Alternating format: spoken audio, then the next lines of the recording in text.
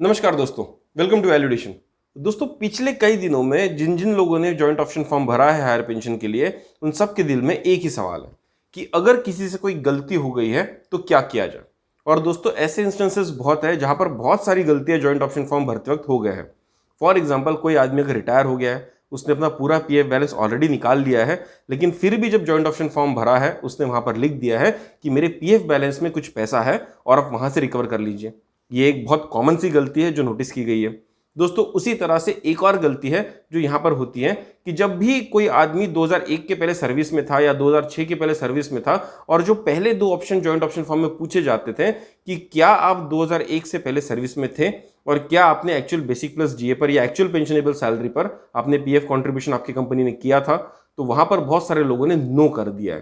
तो दोस्तों, ऐसी कुछ गलती है जो लोगों ने कर दी है। कुछ गलतियां ऐसी हैं जहां पर लोगों ने अंडरटेकिंग डालना भूल गए हैं, जहां पर प्रूफ सबमिट करना भूल गए हैं और उसके वजह से बहुत ज्यादा परेशान है।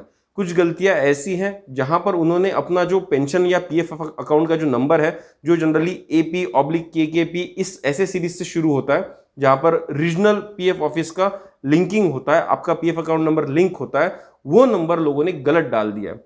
बहुत सारे केसेस में ऐसा हुआ है कि जब किसी ने 2 या 3 जॉब्स चेंज किए थे, तो जो ऑर्डर में उन्होंने डालना चाहिए था कि मतलब मैं पहले ऑफिस में जब था तब मेरा ये पीएफ नंबर था, जब मैं दूसरे ऑफिस में था तो मेरा ये पीएफ नंबर था, तीसरे ऑफिस में था तो मेरा ये पीएफ नंबर था, ये जो ऑर्डर है उन लोगों ने गलत डाल दिया है। और ऐसी बहुत सारी क्वेरीज दोस्तों मुझे कमेंट में मिल रही है कि लोगों के हाथ से बहुत सारी मिस्टेक्स हो चुकी हैं और उसको वेरीफाई कैसा करना ये किसी को भी समझ में नहीं आ रहा, क्योंकि there is no edit button in the joint option form after it is submitted.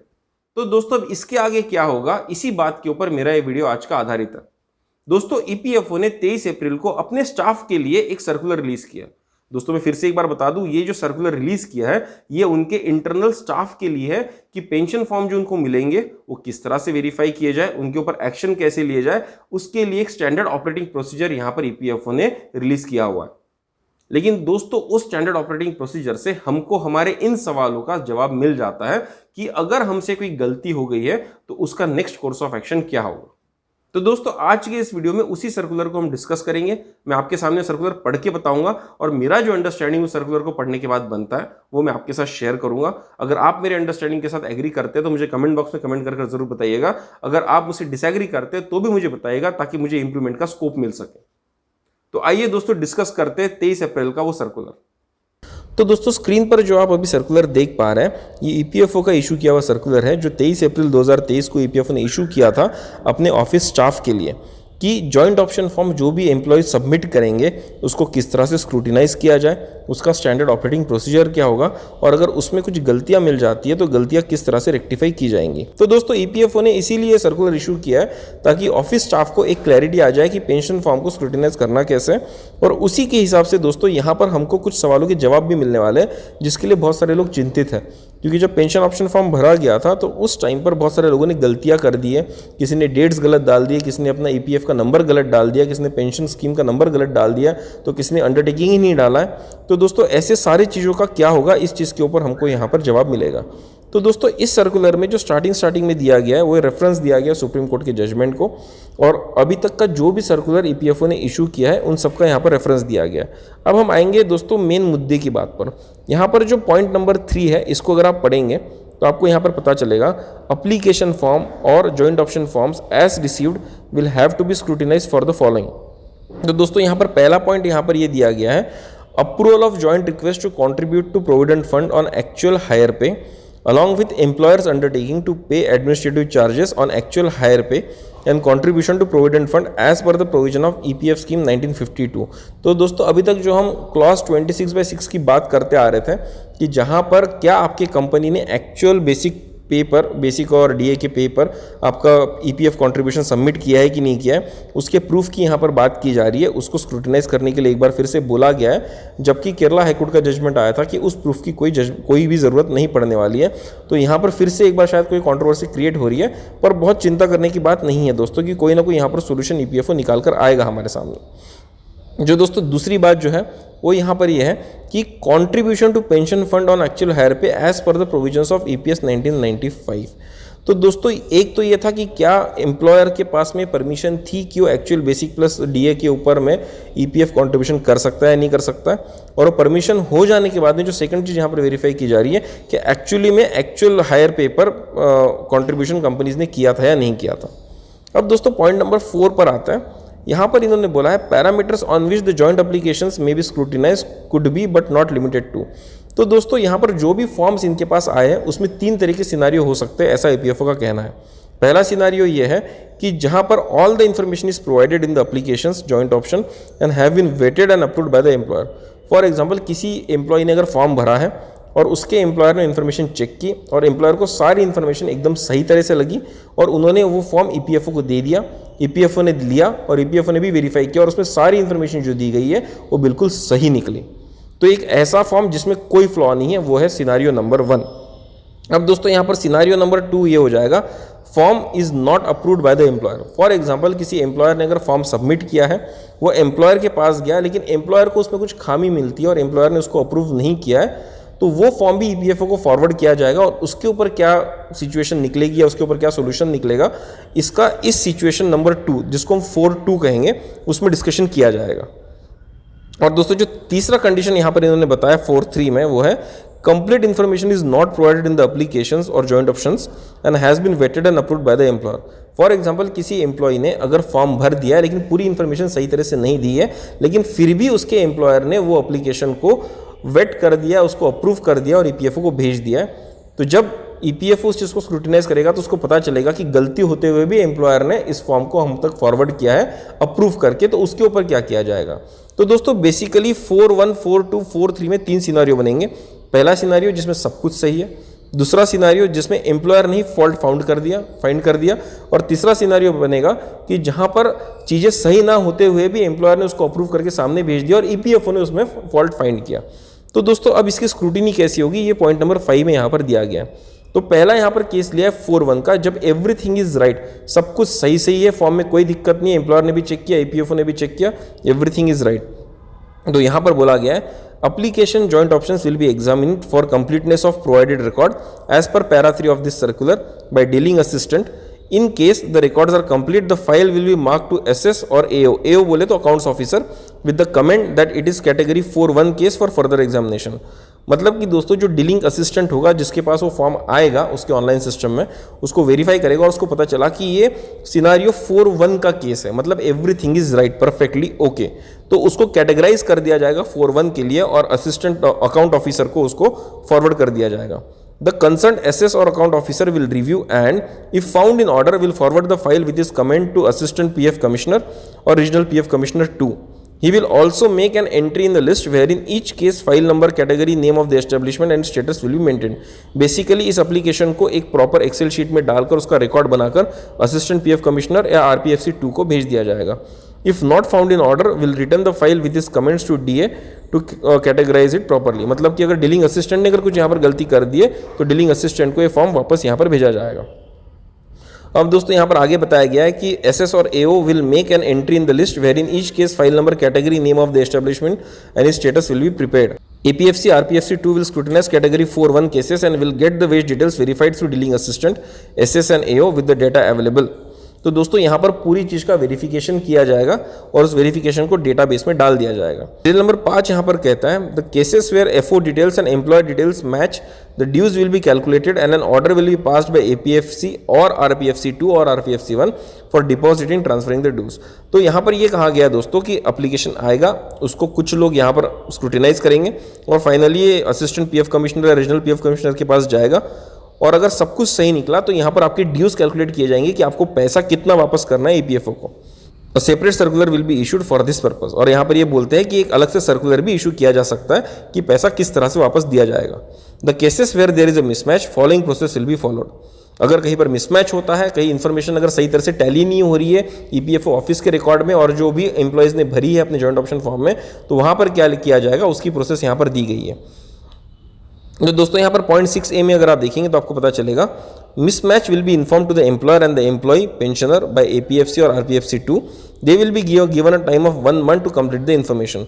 तो दोस्तों यहाँ अगर कोई मिसमैच हो जाता है EPFO के रिकॉर्ड में और हमारे जॉइंट ऑप्शन फॉर्म में, तो जो APFC होगा, मतलब असिस्टेंट PF कमिश्नर जो होगा, या RPFC 1 जो होगा, या RPFC 2 जो होगा, यहाँ पर वो आपको इन्फॉर्म करेगा और आपको 1 महीने का समय दिया जाएगा इस चीज़ को रेक्टिफाई करने के लिए। In case information is received, the steps mentioned at 4-5 above will be followed. अगर इन्फॉर्मेशन सही तरह से आ गई और वो अगर मैच होगी EPFO के रिकॉर्ड से, तो फिर जो प्रोसेस होनी चाहिए थी आपका ड्यू कैलकुलेट करने के लिए वो की जाएगी। अगर इन्फॉर्मेशन नहीं मिलेगी तो यहाँ पर आपका फॉर्म मेरिट के बेसिस पर रिजेक्ट किया जा सकता है।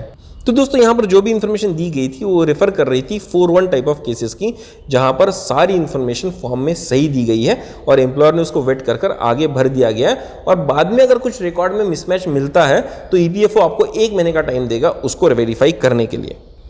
तो दोस्तों आगे बढ़ते हैं सेकंड टाइप ऑफ केसेस के लिए। दोस्तों ये वो केसेस है जहां पर एम्प्लॉयर ने ही आपके फॉर्म में कुछ गलती फाइंड कर ली है और उसके बाद उन्होंने गलती मार्क कर EPFO को सबमिट कर दी है। तो दोस्तों यहां पर कैसे किया जाएगा? In case submitted application form joint option is not approved by the employer, the DA will categorize these as 4-2 cases. For example, यहाँ पर आपने जो भी एप्लीकेशन दिया है, अगर एम्प्लॉयर ने उसको अप्रूव नहीं किया है तो 4-2 केसेस में डीलिंग असिस्टेंट जो होगा वो मार्क कर देगा और SS और AO को आगे बढ़ा देगा। SS and AO will prepare the information draft to the member and the establishment and put up for orders of APFC और RPFC 2। तो दोस्तों यहाँ पर जो अकाउंट्स ऑफिसर होगा वो इस इंफॉर्मेशन को सही तरह से इंफॉर्मेशन पोर्टल में डाल देगा और फॉरवर्ड कर देगा असिस्टेंट PF कमिश्नर या रीजनल PF कमिश्नर 2 को। अब दोस्तों यहाँ पर इन केसेस को या तो APFC चाहे, असिस्टेंट रीजनल कमिश्नर चाहे तो यहाँ पर इसको रिजेक्ट कर सकता है, लेकिन रिजेक्ट करने से पहले उनको एम्प्लॉयर को और एम्प्लॉय को दोनों को एक मौका देना पड़ेगा कि वो अपने फॉर्म को वेरीफाई कर सकते हैं, और इसके लिए फिर से एक बार 1 महीने का पीरियड देने की यहाँ पर बात की है। दोस्तों मैं इसी क्लॉज को फिर से एक बार पढ़ के बताता हूँ ताकि आपको क्लियर हो जाए। APFC, RPFC 2, RPFC 1 will reject the cases and inform the members citing the reasons given by establishment for non-approval. However, before any rejection, an opportunity will be given to the employer for providing any additional proof or evidence or correct any mistakes, errors, including those made by employees or pensioners. Such opportunity will be for a period of 1 month and under intimation to the employees or pensioners. दोस्तों यहाँ पर यही कहा गया है कि regional commissioner चाहे तो एम्प्लॉयर्स को फिर से एक बार फॉर्म रिवर्ट कर सकता है, उनको बोल सकते हैं या तो आप कुछ प्रूफ दीजिए आपके रिजेक्शन का, या तो इस मिस्टेक को आप करेक्ट करने का एम्प्लॉयज़ और पेंशनर्स को मौका दीजिए, और इस चीज़ के लिए आपको मिलेगा 1 महीने का टाइम। तो दोस्तों अगर आपके एम्प्लॉयर ने भी कुछ गलती फाइंड की तो आपको 1 महीने का टाइम यहाँ पर मिलेगा। अब दोस्तों आगे बढ़ते तीसरे टाइप के केसेस के लिए। दोस्तों तीसरे टाइप के केसेस वो है कि जहां पर आपके फॉर्म में कुछ गलती थी लेकिन आपके एम्प्लॉयर ने उसको ऑब्जर्व नहीं किया और सामने फॉरवर्ड कर दिया EPFO को, और EPFO ने उसके ऊपर ऑब्जेक्शन उठाया है। In cases where submitted information is not complete or seems erroneous, the DA will prepare a list of all relevant information to be sought from the employer. SSAO will thereafter, with his comments, get the orders of APFC or RPFC 2 for seeking such information. तो दोस्तों यहाँ पर अगर EPFO को कुछ गलती मिलती है या कुछ गलत इन्फॉर्मेशन मिलती है, उनको ऐसा लगता है, तो जो अकाउंट्स ऑफिसर होगा उसको परमिशन लेनी पड़ेगी असिस्टेंट PF कमिश्नर की या रीजनल PF कमिश्नर 2 की ऐसी इन्फॉर्मेशन सीख करने के लिए। APFC, RPFC 2 will seek information from the employers under intimation to the employees और पेंशनर्स विद इन मंथ। जो असिस्टेंट PM कमिश्नर होंगे इनको एम्प्लॉयर से कुछ इन्फॉर्मेशन मांगनी होगी और इसका इंटीमेशन एम्प्लॉयज और पेंशनर्स को भी दिया जाना चाहिए, और इसके लिए उनको मिलेगा 1 महीने का समय। In case complete information is not received within 1 month, the order will be passed on merit by the APFC, RPFC 2 और RPFC 1। दोस्तों यहाँ पर मेरिट का मतलब होता है आपका फॉर्म यहाँ पर रिजेक्ट कर दिया जाएगा इन दैट केस, अगर पूरी इन्फॉर्मेशन नहीं मिलती है। In cases where complete information is received, they will be scrutinized as per category 4-1 cases।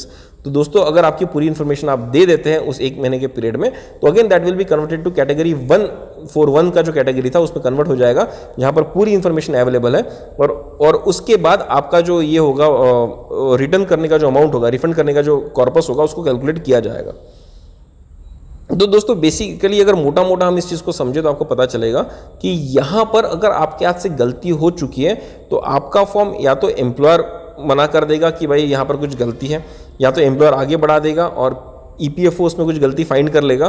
तो दोस्तों दोनों ही केसेस में जहां आपसे गलती हो चुकी है आपको इंटीमेशन आएगा, आपके एम्प्लॉयर को भी इंटीमेशन आएगा, और एम्प्लॉयर और एम्प्लॉय को मिलकर 1 महीने का समय दिया जाएगा जहां पर आप अपने फॉर्म को रेक्टिफाई कर सकते हैं। तो दोस्तों यहां पर सबसे इंपॉर्टेंट बात ये होगी कि आपके जो एम्प्लॉयर है उसके टच में आप रहे और उनसे पूछते रहे कि अगर आपके हाथ से कुछ गलती हो चुकी है तो ऐसा फॉर्म EPFO के ऑफिस से उनको वापस आया हुआ है या नहीं आया हुआ है।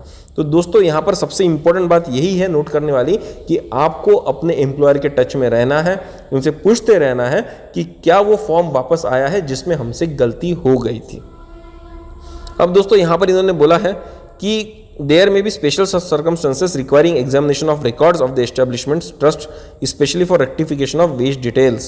तो दोस्तों यहाँ पर ऐसा ये हो सकता है कि सब कुछ सही हो लेकिन ईपीएफओ को कुछ डाउट आ जाए कि वेज डिटेल सही तरह से फर्निश किए कि नहीं किए, तो उसके लिए कुछ स्पेशल प्रोविजंस यहाँ पर दिए गए।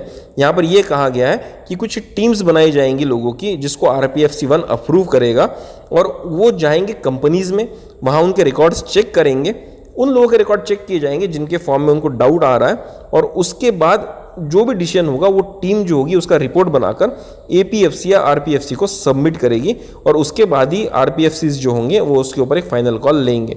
तो दोस्तों ये जो पॉइंट नंबर 8 यहाँ पर था उसका समरी यही है कि अगर EPFO को किसी चीज़ पे डाउट आता है तो टीम्स बना के एम्प्लॉयर्स के पास भेजेंगे और उन कंपनी का जो भी रिकॉर्ड होगा उसको वेरीफाई किया जाएगा, चेक किया जाएगा एक्चुअल हायर पे पे उनका EPF कॉन्ट्रीब्यूशन हुआ है या नहीं है, what ever may be the doubts they will verify, और उसके बाद ही एक रिपोर्ट सबमिट किया जाएगा रीजनल PF कमिश्नर को जिसके ऊपर फाइनली डिसीजन लिया जाएगा। पॉइंट नंबर 9 पे यहाँ पर कहा गया है if an application joint option is not found eligible then an opportunity shall be given to the pensioners members and employers to submit the requisite evidences details through the employers only. तो दोस्तों point number ये कहता है कि अगर आपका form किसी भी रीजन की वजह से अप्लीकेबल एलिजिबल नहीं होता है तो यहाँ पर अपॉर्चुनिटी दी जाएगी पेंशनर्स को या जो भी मेंबर्स होंगे या जो एम्प्लॉयज़ होंगे उनको दी जाएगी कि एम्प्लॉयज़ के साथ मिलके वो डिटेल्स को सही कर सके। लेकिन दोस्तों ये जो भी इंटरफेरेंस यहाँ पर होगा आपका फॉर्म ठीक करने का, जो भी आपकी कोशिश चलेगी फॉर्म ठीक करने की, ये एम्प्लॉयर्स के एंड से ही आप कर सकते हैं, इसलिए आपको एम्प्लॉयर्स के साथ कॉन्टैक्ट में रहना बहुत ज़्यादा ज़रूरी है। However, before any such rejection, an opportunity will be given to the employer for providing any additional proof of evidence or correct any mistakes, errors, including those made by the employee's pensioners. Such opportunity will be for a time period of 1 month and under intimation to the employee's pensioners. तो दोस्तों मोटा मोटा तौर पे जो भी rectification होंगे वो एम्प्लॉयर ही कर पाएंगे और एम्प्लॉयज़ और पेंशनर्स को इसकी इंटीमेशन मिलेगी, उन्होंने जाकर एम्प्लॉयर के पास में अपना रेक्टिफिकेशन करना है और ये पूरा चीज़ खत्म करना है आपको 1 महीने के अंदर। जो दोस्तों पॉइंट नंबर 10 है ये मॉनिटरिंग के लिए कि EPFO इसको किस तरह से मॉनिटर करेगा, उसकी रिपोर्ट्स हर वीक जानी चाहिए या नहीं जानी चाहिए, उसके ऊपर इन्होंने बताया, ये शायद ही हमारे काम की चीज़ है। दोस्तों यहाँ पर एक और चीज़ इंपॉर्टेंट है वो है पॉइंट नंबर 11 जिसमें दिया गया ग्रीवेंस रिडर्सल मैकेनिज्म। यहाँ पर लिखा है any grievance by the applicant can be registered on the EPFIGMS मतलब employees provident fund grievance management system after submission of his request form and payment of due contribution. मतलब आप चाहे तो ये जो EPFGMS पोर्टल है यहाँ पर जाके कुछ पैसा भर के अपना ग्रीवियंस रेज कर सकते हैं। The registration of such grievances shall be under specified category of higher pension with reference to Supreme Court judgment dated 4/11/22। All such grievances shall be addressed and disposed at the level of nominated officers. Grievance will be monitored by the officer in charge of regional office and zonal office. तो दोस्तों अगर आपका कुछ भी grievance है तो आप इनके ग्रीवेंस मैनेजमेंट सिस्टम पोर्टल पे जाकर वहाँ पर आप अपना ग्रीवेंस रजिस्टर कर सकते हैं। लेकिन दोस्तों अगर आपके फॉर्म में गलती हो चुकी है और अगर आपको फॉर्म को रेक्टिफाई करना है तो आपको आपके एम्प्लॉयर के थ्रू ही करना होगा, वो भी 1 महीने के पीरियड में। इसलिए कृपया करके अपने एम्प्लॉयर के टच में रहे, उनसे पूछते रहे कि मेरा फॉर्म वापस आया या नहीं आया, और अगर आ गया तो एम्प्लॉयर की मदद से उसको रेक्टिफाई कर लीजिएगा। तो दोस्तों अगर इस सर्कुलर को मोटे मोटे तौर पर कंसिडर करें तो इससे एक बात समझ में आती है, अगर आपके हाथ से कोई भी गलती हुई है तो EPFO उसको स्क्रूटिनाइज करेगा, उस गलती को पकड़ेगा और आइदर आपके एम्प्लॉयर को या आपको वो सबमिट करेगा, फिर से एक बार रिवर्ट करेगा, फिर से एक बार, जिसके बाद आपको 1 महीने का समय मिलेगा उसको करेक्ट करने के लिए या आपका जस्टिफिकेशन देने के लिए।